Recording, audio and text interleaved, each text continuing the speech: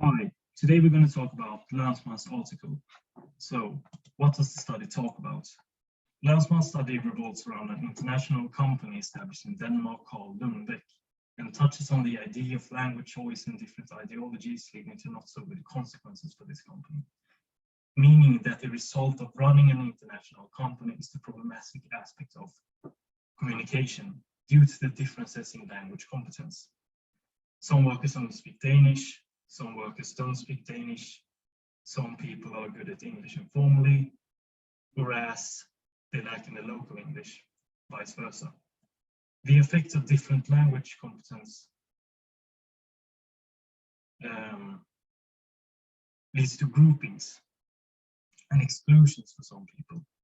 The study wants to elevate this current problem and show the necessity of functioning communication and how culture affects the working climate. More compressed, Landsman writes about the connection of linguistic diversity, language ideologies, and social identity. Landsman describes a few theoretical assumptions where he uses some fundamental terms for the study, such as the international expert, the blue-collar worker, language ideology, and social identity. Beginning with language ideologies, he elaborates that different language ideologies form how one can perceive the social world.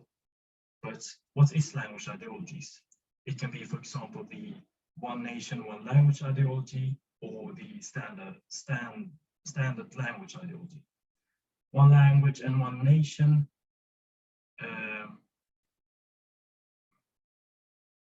refers to the fact that only one language should be spoken in the country or nation, disregarding the people in this case with zero Danish competence. Standard language refers more to the dialects that are used and that there's only one correct form of dialect or form of language. The effect of language ideologies can vary, but Landsman writes about language ideologies segregating people and giving some social groups a bad image, whereas some social groups are looked upon positively depending on the language ideology. Landsman also theorizes the thoughts of erasure. Erasure is what happens when individuals, activities, sociolinguistic phenomena, which do not fit the language ideological scheme are unnoticed or explained away. Furthermore, this means that differences between groups are erased, for example, wealth. One can interpret this to that differences are raised because of the character traits of the different groups are in the same spectrum. Landsman also refers to the social identity theory. Social identity occurs as humans in order to understand the social world.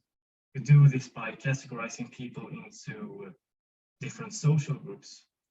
The theory builds on comparison to other social groups, where the outcome is to elevate our own social status. He elaborates that we are in an in-group and seek to compare our group to an out-group. If the comparison is in the in-group's favor, the social status becomes higher. But if the out-group is more favorable, one can seek to leave their in-group or adjust the in-group in order to achieve a higher social identity. At the beginning of the article, Landsman categorizes the workers in two groups, the blue-collar worker and the international expert. The blue-collar worker is only proficient in their local language, and they are low educated, whereas the international expert is proficient in English and has a higher education. These terms are vital and simplify the article for us readers. The concept is to show the differences between these groups in order to achieve the study's main point. The aim of the study is to highlight the actual language diversity existing within the company, and that it actually has consequences for not being dealt with in an appropriate way. Moreover, the main findings of the study are the combined interaction between these different sociolinguistic concepts showcased above, contributing to language clustering and exclusion, thus making the working climate inefficient due to the lack of clear communication, both formal and informal. More concrete language competence, social identity, and social ideology maps out just how these exclusions and groupings occur. An example is how the cleaners which is categorized as blue-collar workers that the company feel excluded due to the computers being in English, something that it can't operate because they don't understand English.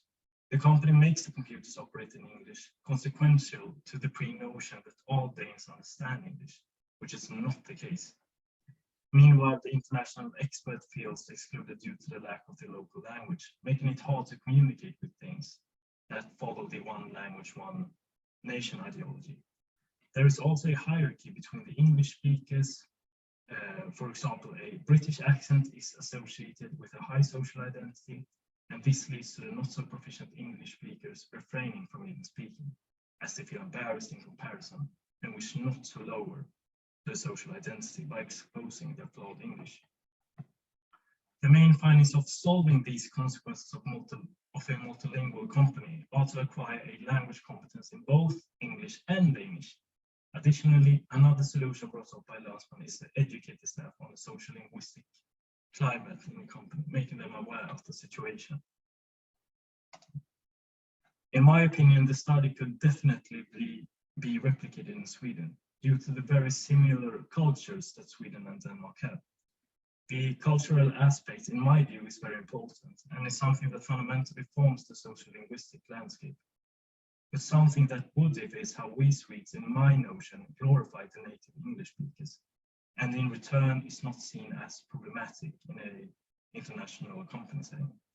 But this reflection is based on the thought that a big majority or all companies in Sweden, international companies in Sweden, understand English.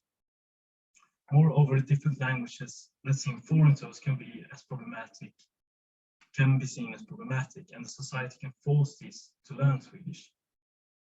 If this study would be made in another country that's very proud of their language, the case could be an immediate disregard of all foreign languages, even English, because of a sense of a strong ideology as the one nation and one language ideology.